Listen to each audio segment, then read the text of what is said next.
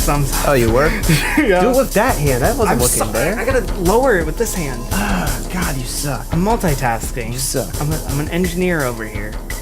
Sound engineer. Mixer engineer. Engineer extraordinaire clientele. I can't think of any other pseudonyms that would sound as cool or cooler than that, so we're just gonna leave it at that. Okay. You gotta do your intro. You gotta at least do the first part of the intro. I'm going to do the intro. Fucking hurry up. I was waiting on you to stop talking. Fucking. Hi, welcome to the Anthony and Todd Show. We're a weekly podcast that critiques and memes music. I'm your host, Jonathan, aka experiencing the true joy of SpongeBob Battle for Bikini Bottom for the first time. And I'm joined by my ever-attentive co-host, my friend, my sometimes pal, occasionally my amigo, Vincent. Oh, I didn't copy over Droog. Now you did do Droog again. I did it for the last show notes. I don't know why it happened here, because I think you just keep forgetting. I copied it, but literally for these, it's there. It's right there on the show notes, but I guess I don't know. Because you remembered it for the last time that we did. I don't know. AKA marking myself safe on Facebook 1 week after a tornado just to keep everyone on their toes. I keep forgetting to do that. Are you supposed to? I know I have like relatives that live in different states, but I'm gonna wait for like a month from now. I know I wrote a week, but I think I'm gonna do a month. Just to where it's completely pointless. I'm just not gonna do it at all. Yeah. Because I think that system, it's good. Literally anybody who like would care enough, I've already texted to make sure they're okay. So they could deduce that I'm okay. So what's the point? Yeah. I hoping you wasn't. You're an ass. I was actually close. No, we're both actually pretty close to the tornado. Yeah, we were both like right on the edges. Because just on like, the opposite sides. You were like I was close to the Dayton one. Yeah. I was close to the Tip City one. Yeah. And Trevor, coincidentally, was close to the Fairborn one. It was 2 blocks away from his apartment. Damn. He was the closest of all. He is the grand champion of almost being killed by tornadoes. Congratulations, Trevor. You won this week's edition of Tornado Chicken. It's God's true way. God wanted this week's episode of the Anthony and Todd Show to happen. But he didn't want it to happen soon enough, because then he wouldn't destroy the city barbecue that Trevor would have to help clean up. Yeah. He wanted it to happen all on the same day. God's true vein, the true vein of God, creating this show. The best show, as approved by God. Because if it didn't, he would have killed us all in that tornado. So this is proof that God is a malevolent being who hates humanity. No, I think it's cool. This is episode 85 of the Anthony and Todd Show, an episode we would like to call Flying Lotus's Bam Margera. Do you even know who Bam Margera is? No. He's a skateboarder. He had a show on MTV in the early 2000s called Viva La Band.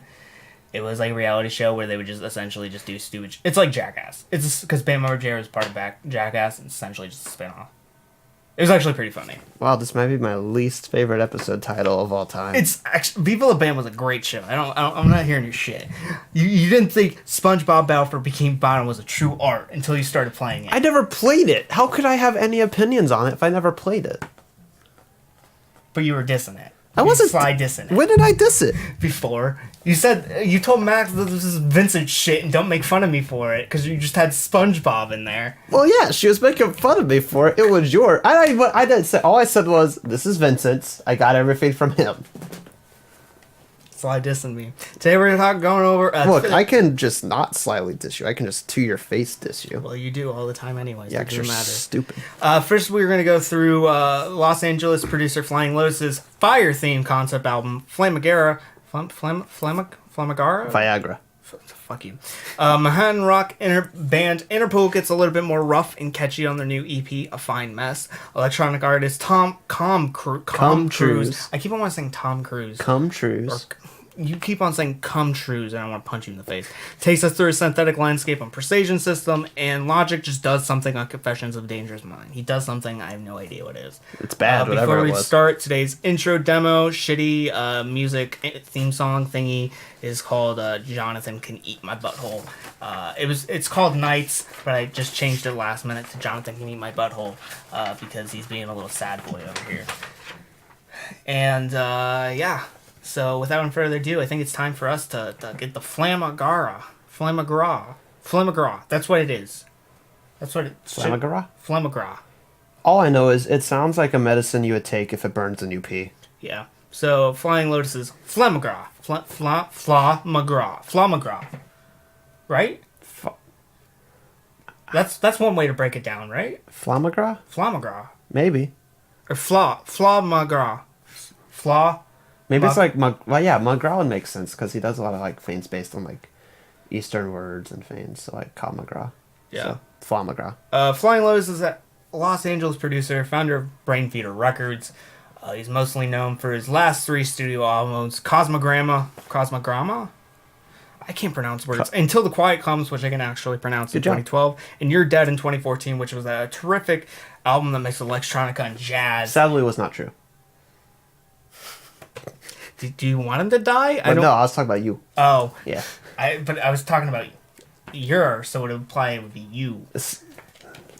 Same thing. Oh, Jesus Christ. Again, like, this changes nothing. I hate you so much.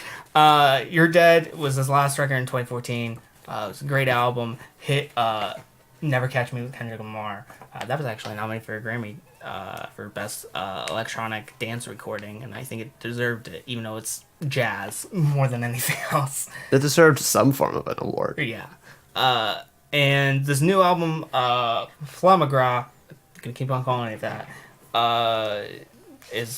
comes out 5 years after his last studio album, and basically a description of what he told Pitchfork was, I've been working on stuff for the past 5 years, but it always hasn't been, but it's always been all over the place. I always had this schematic idea in mind, a lingering concept about fire, an internal flame, sitting on a hill. Flying Lotus said in statements, some people love it, some people hate it, some people will go on dates there, and some people would just burn love letters in fire. Then I went to this party and heard David Lynch saying the words that he wound up saying on the record, and I was just like, that's it. We're just gonna go in that direction. So like, for me, this David Lynch once more creating art without even trying. No, but like he created this story. Yeah. So he was trying. No, I'm saying this album. But like the original like story. Oh yeah. That's art. Yeah. That's like the what is it? No, it's not. What else do you call storytelling? Like narrative? Yeah, something like that. How they describe like Native American stories? Oral tradition. Yeah. That's what it is. He creates the oral tradition. That is trying. But like, how much would you think David Lynch was trying? He's just out of honestly his entire career. I bet like he creates the art the same way. Like I feel like both of us create art. We just like make shit. Yeah. It kind of comes out. I feel like he does the same. His just turns out a lot better. Yeah. No, my work's pretty good. Have you seen the Anthony and Todd show before? The way it's run? I'm fucking on it. It's pretty good. It's pretty good. That's debatable. Do you see the way I craft this banner? So essentially this 66 minutes of material and 27 tracks. A lot of tracks. Are for me I think it describes it best. Just like loose ideas. Nothing's like, it's just all over the place. Nothing really stays the same, and I think that's the biggest album struggle is it's too all over the place. Nothing, there's no like thread, and it's all over the place, but also it has definite features. There's definite feature for Anderson .Paak. It's like he has verses, he has a hook. Same thing with Denzel Curry, he has multiple verses. Shabazz Palaces, Thundercat, Tori Ma, Solange. Like these are definite features. But like the best features that are on this thing are the more loose features that don't make it really any sense. Tierra Whack essentially is just ad-libbing this like freestyle verse through the entire thing, going, he's got titties on his face. It's completely stupid, but it works because it creates this loose atmosphere that the record kind of has, and it really works. Burning Down the House, while it kind of has a very traditional song structure, it feels very weird and kind of rugged and kind of like shapeless in form. It doesn't really, it just seems like George Clinton just saying a bunch of phrases all over the place, like blow dry me baby, and it has this weird nice atmosphere, like it's this club in hell. George Clinton's in it with a bunch of like beautiful women, and he's just serenading them with these fucking weird phrases, and he's ripping off the Talking Heads. But yeah, this thing's just, it wants to be finite, but like the best quality of it is that it's not. I think one of the best moments on here, and kind of one of the worst moments at the same time, Takashi has this very like impromptu electronic styling. It's a slow burner of a track, but I think it works out better as that slow burner, as that 5 minute track. We get a lot of these like 2 minute tracks, and I feel like they just never. They have like cool ideas or cool like lo-fi percussion or lo-fi production, especially in the first half. The second half is more like grand, large, more fleshed out. But like they work better when they're expanded on. I like moments like Say Something with the fantastic folk strings on that track. It's great.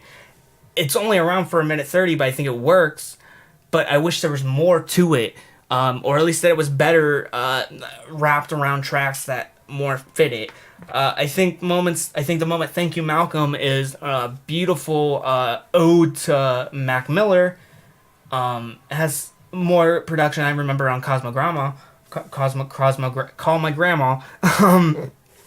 It's very reminiscent of his previous studio work, especially on almost Until the Quiet Comes, kind of reminiscent of that too. Very lush, very void-like, very trippy. I think it works. I just feel like it just doesn't have a place in this record. Because it's not very fire-themed. And not to say everything in here is very fire-themed, but it just doesn't fit. Black Balloon's Reprise, I like it. I think the sample in the background's incredible. I like Denzel Curry's performance. It just doesn't fit on this record. Because it just doesn't seem... It feels like it should just be a cut-off taboo with the other Black Balloons. So, like... Also, it's Black Balloon. It's not Black 13 Oons. So, 0 out of 10. But, like, I feel like this thing is just very too finite and too long and just very lost. And it just doesn't really have kind of a purpose going through on. I think he just put too many of his ideas. I feel like if it was a lot more trimmed down, maybe it would make a lot of these ideas kind of shine through and seem like one piece. Because I feel like tracks like Burning Down the House and Fire is Coming with David Lynch on that long narrative story that's essentially just expanded and interlude. I think those two tracks could go together. I think sets of these tracks can go together. Burning Down the House, Spontaneous, and Takashi. I think those tracks are packaged well. Either no, the Little Dragon features kind of meh. Same thing to go with the Anderson .Paak feature on here. I feel like it just doesn't...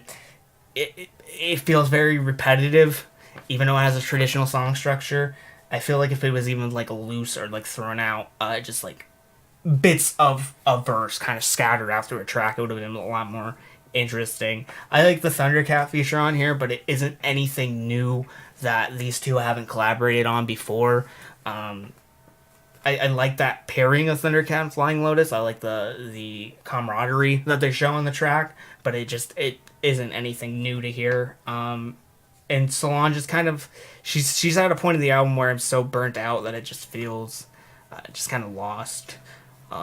Yeah, I feel like this thing has good tracks on here. They're undeniably, I think they're great tracks on here. Burning Down the House, Yellow Belly with Tierra Whack, Takeshi, The Climb with Thundercat, Thank You, Malcolm, Heroes. There's good moments on here. But I feel like they're just lost in the shuffle of all the other moments. And there's nothing necessarily bad on here, but it's just all very lost in the shuffle. And it doesn't really seem to have a unity that makes these 66 minutes worth it. I'm going to speak now. I'm just going to let you rant for a little while. I had a lot to say. You did have a lot to say. I, on the other, did enjoy this album quite a bit. I think the theme of fire necessarily didn't need to be a narrative one. I think, actually, in a way, it's almost like a structuring. Because, like, he had the idea of, like, just a flame, like, sitting somewhere. Like, flames, like, they flicker and they flow and they don't have a lot of, like, patterns to them. They seem to just kind of, like, come in and things change very rapidly. And how, like, it seems almost like how he was playing on the albums, like, these short little, like, flickerings of things, like, coming and going. And then you have, like, tracks that, like, are, like, about the destruction of fire. You have, like, the building of fire, how fire is used for, like, construction and industry, but it can also be this destructive force. And I think it's the thematic idea of fire is more just like what fire is representative of. Like, it's the purity of, like, fire and how, like, it has no form, it has no structure. It is the purity of George Clinton. Yeah, and, like, yeah, that is a great track. That's my favorite track from this album. But so I enjoyed this as just kind of this free flowing flickering fire of an album that's just kind of doing what it wants without any real form that it's trying to force itself into, and I enjoyed that aspect of it. I feel like, but here's the thing, it's like loose. I feel like this album is loose, but it doesn't, there's nothing, I guess, enjoyable about the looseness. I don't feel lost in it. I feel like the music is lost. It is loose, it is like streamlike, but it just doesn't have that, like, I guess, a nature where you're appreciative of the music. It's more just like, it's very lost in what itself is. And you can make music very like that, but I think it has to be very narrative heavy music. And you can have themes of fire, but I feel like there's just not enough of them on here. And I didn't think everything needed to be fire themed, but I would like some more warmer production, because I think there are moments where the production on this comes off as very warm. Especially the track, whatever, the one, I can't remember what it's called, but the one with the strings I mentioned earlier, that comes off as a very, like, warm, kind of folky, weird place. I wish there was more production like that throughout. I just feel like it's just very lost in what it is. It feels like it's some of just a bunch of unattainable ideas that don't really go together. That's it. That's all I gotta say. Okay. I mean, I get that, but, like, to me, I don't think it was trying to be, like, this singular, cohesive vision that you're, like, you don't, like, it doesn't have to be a singular, cohesive vision. It just, I think all the material has to be good on it, and I don't think all the material No, it's not together. all good. It is very long. There's, like, 27 tracks here, and, like, you probably could cut out a very large number of these. There are some features in here that I just don't think belonged, and, like, tracks, like you said, Anderson Paak some more, like, that just, it felt like an Anderson Paak out, like, track. The weird thing about it is it was like really super repetitive. Yeah. And I just kind of waited for it to progress more, and it just didn't. Yeah. The hook feels like it's very long on it. The moment actually Virtual with Shabazz Palaces comes off as, like, a typical Shabazz Palaces track, or a more recent typical Shabazz Palaces track, where it's just abstract for the point of being abstract and doesn't really have any definite purpose. It just is one protection cue that goes on for way too long, with the Shamil Butler just on top going on for way too long about these abstract concepts that don't make any sense to anyone besides just Shamil Butler. I feel like a lot of moments throughout this he isn't using his features to the fullest potential. Even Solange feels like underrated throughout the entire thing, or just underutilized. Same thing with Little Dragon and Anderson Paak. I just feel like he's not getting the best of his features, and when he's not trying as hard, or it doesn't seem like he's trying as hard with Tierra Whack, it just doesn't come off as it comes off as better for some reason in this more loose environment on this more loose album. Yeah, that's all I really gotta say. Keep in mind those scores are futile, meaningless right now. I feel like this is a 6 out of 10 for me personally. 7.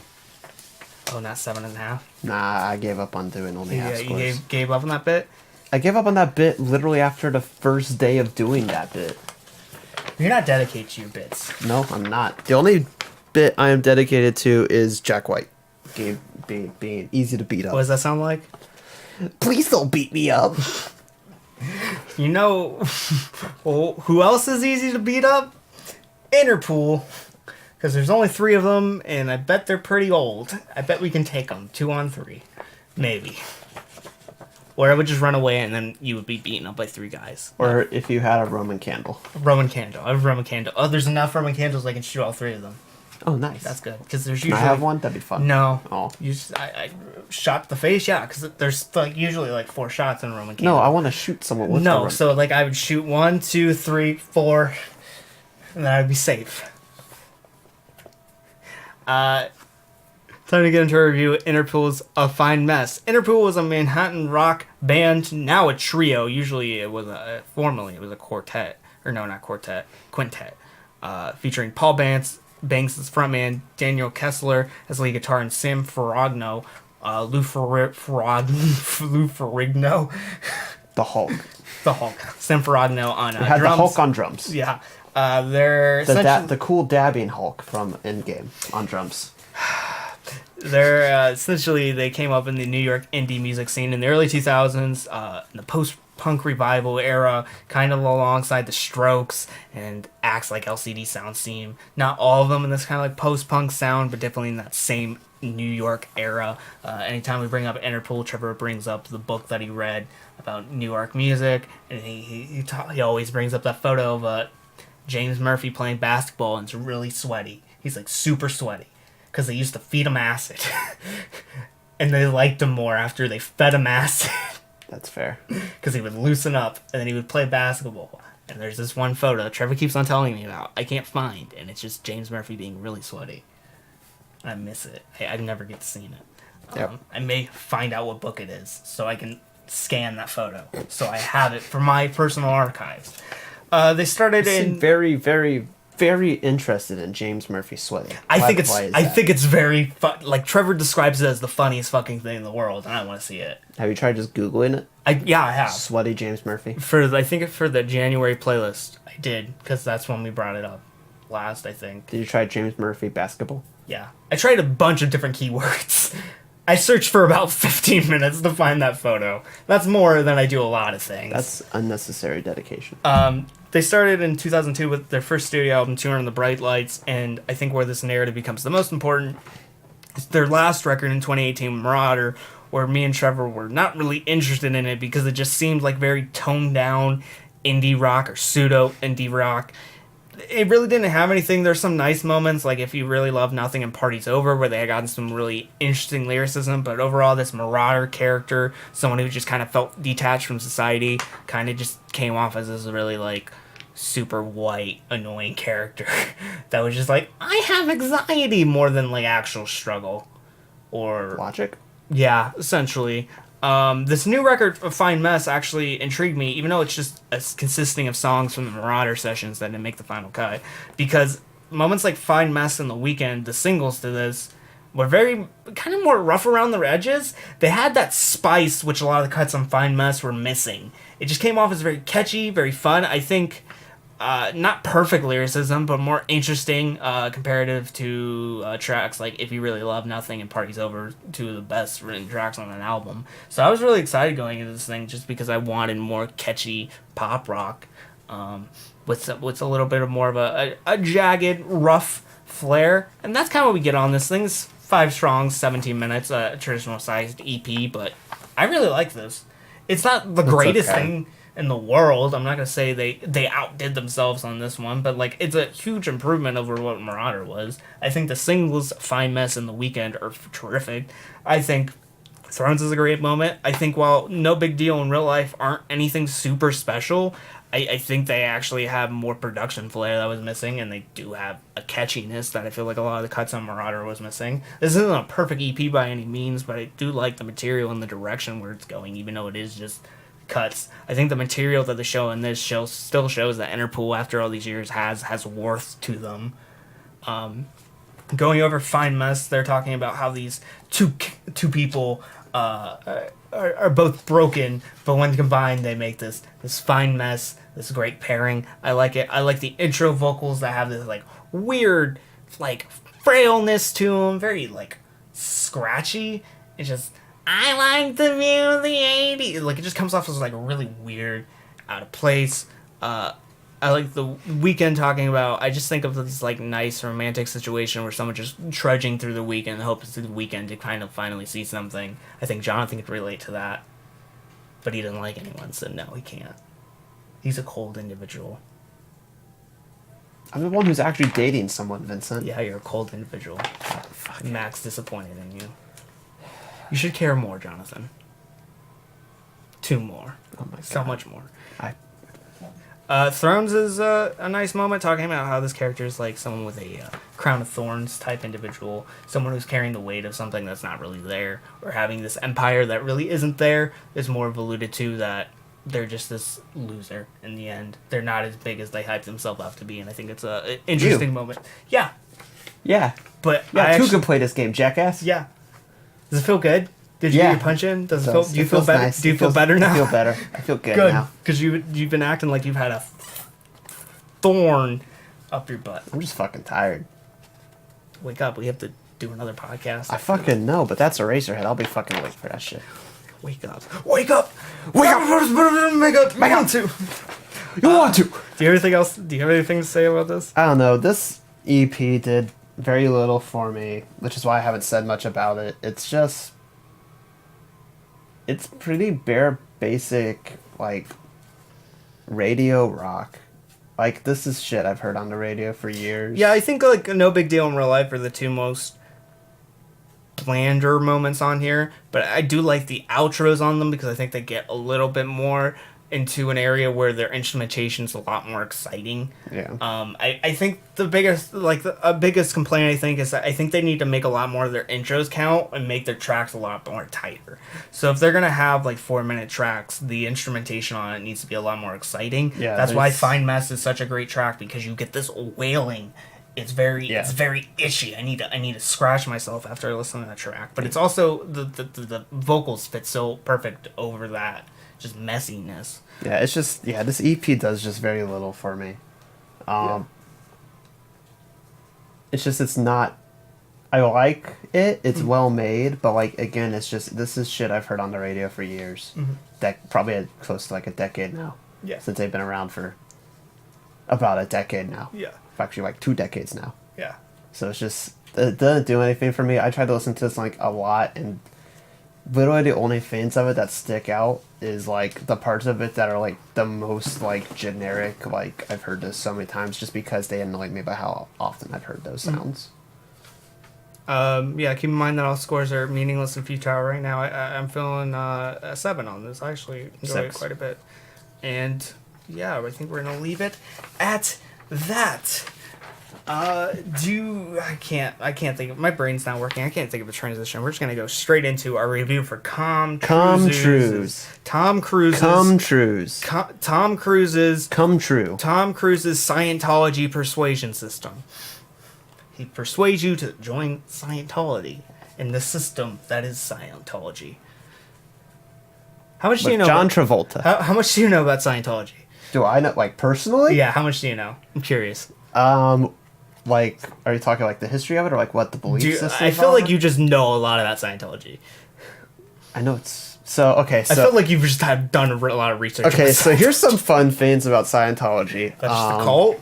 Well, besides the cult thing, they have, like, a contract, because they have their own navy. Did you know that? They have their own navy. And... Is it gayer than Tom Cruise? Probably. But they have to sign contracts when you join the Navy, and those contracts are for like a billion or so years, just in case you somehow discover immortality. See, I knew you knew a lot about Scientology. I'm not disappointed. And also, like, so that's like one of the funny, stupid, and also at the same time horrifying aspects of it. The less fun aspects of it is that, like, it's pretty much impossible to leave once you're inducted, because they force you. Pretty much everybody you get to talk to and be friendly with has to be a member of the church. So if you leave, they are forced to no longer talk to you. So you basically literally lose your entire, like, family and support system if you leave the church. Notable Scientologists other than Tom Cruise. I like how you're still going with this bit. I'm amazed. I'm still going. Tom Cruise, other than Tom Cruise and John Travolta, Beck is a Scientologist. That explains colors. That explains colors. The girl that played the redhead, Donna, in That 70s Show. Really? Yeah, she's a Scientologist. I knew Everyone Loves Raymond, the wife on that, was a Scientologist, and then she left, and then she has that show on A&E, I think. She's like a born-again Christian now, I think, or something. Which is worse than the Scientologists. Because they don't have a Navy! Yeah! In the Navy! That's exactly what I was going to fucking do, Jesus Christ. But, who else? I think also Hyde. I think he was also one. But then he was also, like, a rapist, so fuck him. Okay, this bit's going on for way too long. We need to go on this album. Scientology, bad. And that's what you get out of the review. That's more than I got out of this album, I could say. Yeah. So Truise, Self Haley, aka Truise, is an American electronic musician. He's mostly known for his synthesizer-heavy synthwaves influenced by 1980s musical styles. I'm mostly known of him. I'm aware of him from his 2017 release Iteration, which was such a well-packaged flowing of just synthwave. It was a very like chill wave kind of lo-fi release that came out really nice. I don't think there's a ton of distinctive tracks. It works better as this long flowing wave, but I think it was a very packaged version of kind of like 80s aesthetic that wasn't dependent on that vibe. It gave you like imagery of 80s like style, but it wasn't dependent on like the sounds of '80s. It's not essentially. It's not a simulation theory by Muse. Essentially, Thank God for that. Yeah, this new release, I was interested. I like the single "Existence" Schematic. We talked about it in I think the March playlist. But as a whole, I think this new release, 33 minutes, it's 9 songs. It doesn't do anything for me because it feels really empty. His last release didn't feel. It felt like more adventurous. It felt more bold. It felt like I was going into like a creative, like quest of sorts. This feels like I'm just like I'm really sad in a basement. That's you normally, though. I don't have a basement. If you had a basement. I don't know. I would just flood it and make it into a pool. I don't know why anyone doesn't do that with their basement. That's what everyone should do. Flood it. You just have a swimming pool then. You might be dumber than Scientology. You don't need to hook up electronics in the basement. You turn that switch off. God. Anywho, It's a good idea. so with this album, back in March when we did the playlist, I kind of slightly correctly called it because I did say that the single was nothing new and I wasn't really super into it and I hope they did more with the album. I called it. Okay. And you didn't believe me, you little shit. What was I supposed to say? Yes, no, I like the track. That's all I agree with you in the scenario, I think. Point being, though, is, this album Were we not allowed to review it because Jonathan said so? What are you, fucking Stone Cold Steve Austin? No, I'm saying that you were, like, looking forward to your album, and I was pretty hesitantly not looking forward to it. Am I not allowed much. to, look forward to life? You are not allowed to be hopeful or happy. I'm joining Scientology. I'm joining the fucking Navy, Jonathan. Good. I'm gonna ride a boat into your fucking house. In Inland, Ohio. Landlocked Miamisburg, Ohio. I'm gonna take the tornado. But yeah, no, there's pretty much nothing going on in this album that hasn't been done before. Yeah. Pretty much the only thing that, like, I kind of got out of this album that I kind of liked is how it's very, like, throwbacky to, like, old sci-fi, like, soundtracks. Which came in a lot of the adventureness that was on Iteration. But moments like World Line and Laconianism and Privilege Escalation are some of the slowest tracks on this record. They don't do anything.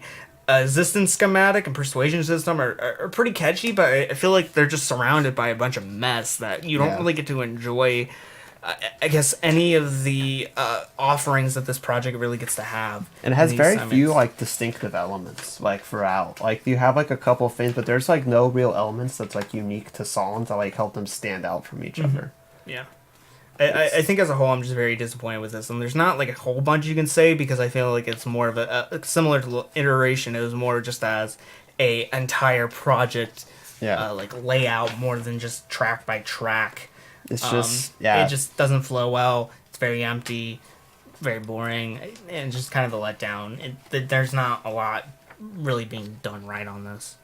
Keep in mind all scores are... one last thing. Something I think is very telling of this is, you know how my radio's been fucking up recently in my car? Yeah. Like, if you don't have the aux cord in properly, like, it fucks up.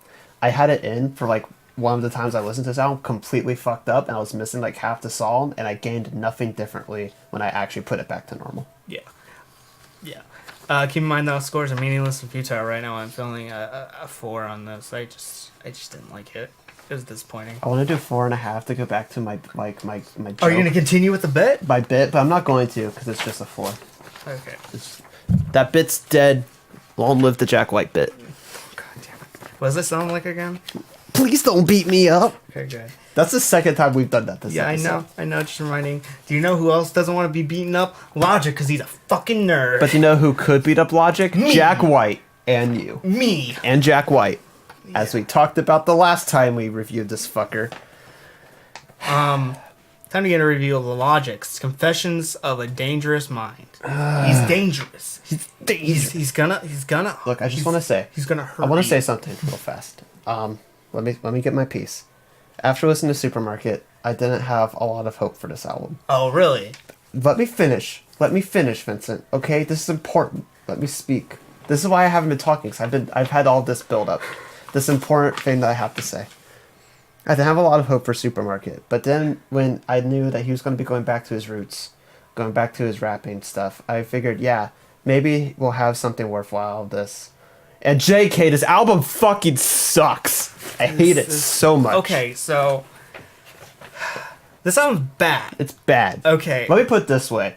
The fact that I listened to this album in front of my girlfriend and she didn't leave me is the ultimate sign that she loves me. No, I think it means she really likes Logic. No, because she always like listens to it's like, this is really bad. And I was like, I know. I'm sorry. But she likes Watsky. Please edit that out. No. No. Times Infinity is a good. Times Infinity is good, but Logic also has some good decent albums. He has one decent album. Yeah, he has one decent album. Yeah. But his career has also been going on a lot longer. So No, I think Watsky's actually have a longer career. seriously? Yeah. Well, Actually, Logic definitely has a lot more projects. Logic has a lot more projects. They've been around the same time. I think Watsky started around 2009. Logic, around the time when Logic started doing the Young Sinatra series. Maybe a little bit earlier in 2008, but it's been about the same. They've had... Yeah, but Young Sinatra wasn't his first stuff. His first stuff was like his mixtapes and whatnot. Yeah, Young Sinatra, the mixtape series. That wasn't his first mixtape, though. Then anything before that doesn't count. It really doesn't.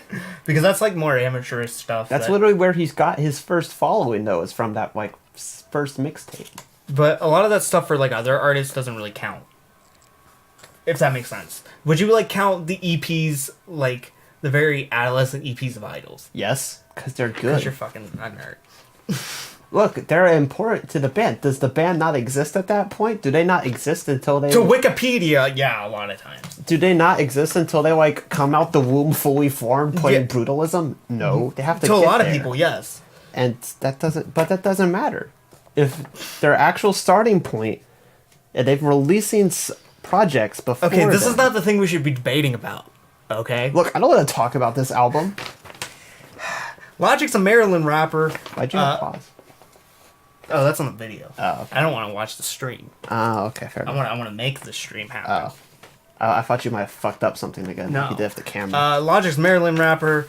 I could talk about his previous work, but I don't think it really matters because the only thing that matters is the work he's released this year, which is Supermarket. Supermarket, soundtrack, not an album. It's a fucking album. To a book he made, and it was just shitty indie music that was just very rapey, very stalkery, and creepy, and bad. Just poorly bad. written indie, and poorly produced indie rock as well. Bad ripoffs of every bad generic ass sound you could think of to put with indie and alternative rock. Yeah. This new album seemed like it was going to be better. I think it's better in comparison to Supermarket. Which is not saying much. I think I guess technically, yes. You can say it's technically better. But that's like saying that that one time when I had my leg chopped off was better than the first time I had my other leg chopped off. They're both bad and you're missing legs still. But one was a little bit cleaner. Cleaner of a cut. Yeah, that's what really matters. Yeah. Less chance of infection with this album. So this entire album's mainly produced by Six, which is surprising because he's produced a lot of other previous work by Logic before, and it's never come off as this much generic hip-hop before. And it's also, this entire album feels weirdly compressed. His vocals seem really compressed on it for no reason whatsoever. Especially on, I think it's the hook, or maybe it's the hook of, no, it's the tail end Confessions of a Dangerous Mind. It just comes off as really weird for some reason. I don't know why. I feel like I'm the only... Everything in this album seems like either a bad idea or somebody not trying. Well, mostly not trying. I think that's where the production by Six comes from, is why it's so off. It's just I feel like he knew that this wasn't really worth the effort. But so you know who really tries? Will Smith. Shut up, we'll get into that later. I don't want to go track by track, but I do want to start off with the title track, Confessions of a Dangerous Mind, because I think it has kind of an idea right? Kind of. I'll give it kind of, because it's not. Because I feel like you could have the point of being critiqued by music and being critiqued by fans and being harassed on the internet. And you can make the statement how it's affecting you mentally. But if you just tell it the most flat way and don't give it any depth, it just comes off of you being just angry man who yells at clouds. And using this as an excuse to say the F word. Multiple times. Yeah. Across this album. Which, it's not, if you quote it, like, once is okay. Like, 4 times. He does, like, a lot on here. Yeah. And it's just, this whole album, and this is the thing that, like, might be the worst aspect, which is hard to, like, truly pin down the worst aspect of this album, but it's just Logic's attitude.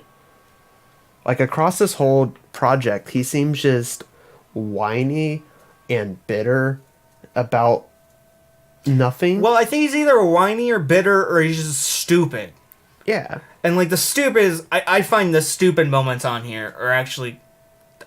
like, not good, but, like, I feel like there's some enjoyable aspects to them. But even they're mixed with, like, this weird... Like, he's trying to be braggadocious, but, like, at the same time, he's, like... Logic. Yeah, but he's also, like, peppering this, like, I don't even care. Despite the fact that he's filling this album with, like, I clearly give such a huge shit. Yeah. About what you think of me. But I'm just gonna keep pretending like I don't give a shit.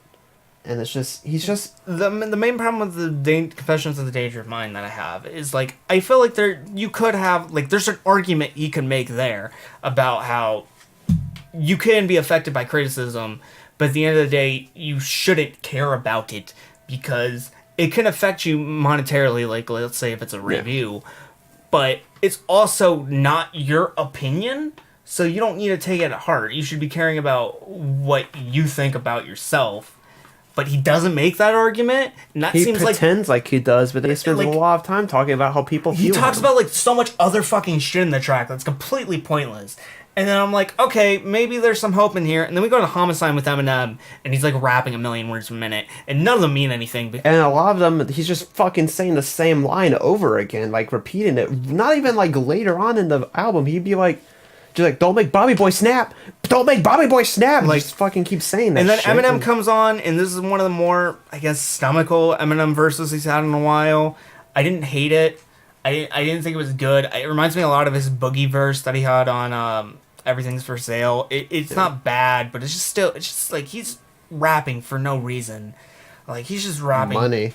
It's like like, you could do, like, Playboy Cardi-esque rapping where you're just saying fucking gibberish and none of it matters besides your performance, and it can be really good, but Eminem is not doing that. He's trying to be cool, and it just doesn't. Also, that little opening bit of Homicide where, like, his dad's talking about, like, how he's the greatest because he came out of his balls, made me want to chop off my balls so I don't have to worry about my offspring becoming like Logic. I think you should do that anyway, because I feel like they're gonna be like you, and that's bad enough.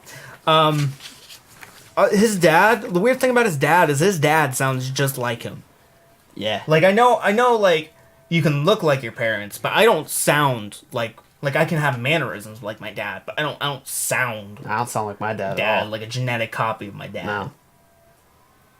That's weird. What if it's not his dad? I honestly think it may be him with Pitch Down, because I remember on Under Pressure he was having, like, beef with his dad. It's good to see him getting along. I wish best for anyone and their father going through tough times. As someone who's gone tough times with their father, it's nice to have that kind of, like, amends. Yeah, but you don't, like, need him to come onto your track and, like, try to defend you. It's weird. It's just weird. Wannabe is just fucking annoying, and he's talking about how people want to be famous, but Logic is one of the biggest examples of people wanting to be famous. Yeah. Clickbait, he just says the F word, and I think he talks about Charlemagne the God. I don't really know the beef. I really do not care. And, like, that he doesn't bit set with it up. the, like, morning, like, Breakfast Club shit. It just doesn't. I don't care. Where he was, like, complaining about them calling him out for, like, a homophobic tweet. I don't care. Yeah. I don't know the story. I do not care. I don't think it affects my opinion on this album, because I just know it comes off as, like, very whiny and doesn't have any setup or argument or any debate. Yeah. Mama Show Love feels like it lasts forever. YBN Corday is decent, but he's drowned out by Logic. I don't know. I just don't think he does. Out of Sight, Part of My Ego, Commando, Cocaine, Limitless, Keanu Reeves, all those are the same track. All of them. Same production, same style flow. Commando features G-Eazy, and G-Eazy rap circles around Logic. I don't know how you do that. By I forgot to being mention Logic. Still ballin' with Wiz Khalifa. Someone needs to tell Wiz Khalifa he shouldn't exist anymore. Like, he hasn't done anything since, like... Look, smoking weed is no longer that, like, counterculture. It's not a edgy. noteworthy thing to do anymore. Fucking everybody smokes weed at this point. You're not cool for smoking weed. Fucking everybody smokes weed. Icy with Gucci Mane is surprisingly stupid and fun. It's not good. I think that hook is ridiculously annoying, and I kind of like every hook on this is either completely forgettable or very annoying. I find it, but it's like annoying fun. It's catchy like herpes. You would know. I wouldn't actually, but like you would know. Don't be afraid to be different, featuring Will Smith of all people. The fucking hook on this is the most annoying one on this whole album. It's so stupid. And when I saw Will Smith was on this album, I was so excited because I knew it was just gonna be trash, and it's so bad. It's so bad. It's so bad. Like, we talked about the DJ Khaled album earlier today, and Big Sean's performance on that. He's like trying to show off people in 2019 that he is the worst rapper. Like, Lil Baby and Gunna exist, but he is the worst. Will Smith, showing him wrong. He is the top dog of being bad. And it's amazing. You make me want to listen to your son, Will. Do you know how fucking hard that is? Jaden Smith has some hits. Yeah, some. But, like, I would rather listen to everything that Jaden has made. Do you want to listen to the Electric album? I don't. I would probably prefer listening to that than have to listen to an album worth of Will Smith rapping. I actually want to listen to that. I hope he puts out a rap album. I would listen to it because it would be like a 0, but it would be the best 0 I would ever listen to. Please don't, Will. Please don't. Please do it. Please. He was on the remix of Icon, and it's terrible. Oh, God. It's so goddamn bad. It's great. Bobby, featuring Logic's dad, actually kind of comes through with a similar tone where I think it's just fun, stupid. Reminds me of actually a young Will Smith track that's just really fun. But again, like, he brought in his dad to defend him, which might be like for an album that is like filled with you like trying to prove how like hard you are, because he does that a lot. My daddy will protect me. To then end your fucking album basically if your dad coming on to a track to fucking defend you is why I think Jack White could beat the shit out of you. My daddy will protect me. Well, I have some bad news for you, Logic. My dad will beat up your dad. Lost Translation is supposed to be this like grand moment, but it just doesn't. It's just like a lot of these other tracks, just bland production, bland performance. I have no idea what the message is because I cannot pay attention for longer than 2 seconds. I think that's the one where he's like very clearly trying to rip off like Kanye. I don't even remember. That's the thing about this. Like in his first song, if it doesn't have Will Smith on it, it's not worth it. In this first song, he complains about people comparing him to other rappers. And then he spends the rest of the album just ripping off blatantly other rappers, including ripping off Eminem in a track featuring Eminem. And calling himself, like, shady. In a track featuring Eminem. Like, you can't complain about people comparing you to rappers when you are just blatantly doing it yourself. And also... I'm done with it. No, I'm not done. Fuck this album. In that same... But you don't want to talk about it. It just... The fucking, like, just one last thing I want to say about that song. I don't know what the hell was going on in the, like, fucking hook when they're doing, like, the chicka chicka chicka. That went on too long. Like, you could do it, like, twice, and it's like, okay, a reference to, like, my name is kinda. But at that point, when you're doing it that long, it's very clear you knew you had a length you had to get to with your hook, and you ran out of fucking lines, so you just fucking filled it in with the worst possible filler you could think of. Yeah, this is a bad album. But it had some enjoyable moments, at least for me. There was not a single moment on this album or his other album from this year I would consider I had any form of fun listening to. Well, you just don't understand the true grace of Will Smith. I don't understand the true... Fuck this album. Oh my god, like, I need to be taken seriously. I know who I am on the track. Fucking Wild Wild West over here. Also, God, I'm not... There's so many things I want to say about this album. I don't have the fucking time. But, like, there's, like, lines in here where he's talking about, like, I respect women. A, if you have to fucking announce to the world that you respect women, you probably don't. B, you can't We're out here real respecting women hours, Jonathan. Yeah, like you can't. You're not woke enough to understand. You can't say that. You don't respect when women. like a track later you say something about like putting an ugly bitch in her place. In what universe does I respect women and put an ugly bitch in her place fucking go in the same like mindset? That is that Trump supporter who was like, yeah, like the Muslims don't respect. I was like, oh, well, what's your shirt say? Drop that bitch. That's the same fucking mindset. That's the same hypocritical bullshit. Logic is.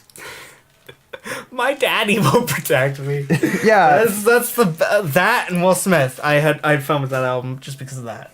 It's a terrible album, but it's a bad album. It made me laugh at him more than the Supermarket was because that was just creepy. Supermarket was rapey and creepy. This one's just like hypocritical and stupid, and Will Smith whiny, and that's it. Filled with the weirdest like braggadocio things. Are you gonna stop? I'm done. I'm not done. I hate. There's nothing else you can say. I am just no. I can't. I am just filled with nothing but hatred for this album. And like, here, I can help you out. Keep in mind those scores are futile and meaningless. Right now, at this current moment, I think this is a 2. It's a 2. It's a Migos culture 2.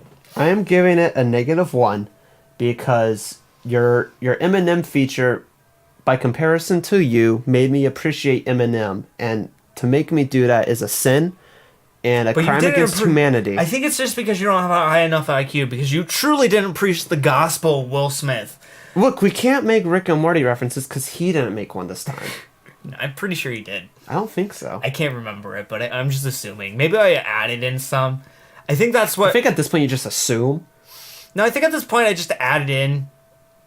Like, I think any reference or joke he has, it's just in my mind, it switches to a Rick and Morty reference. Yeah.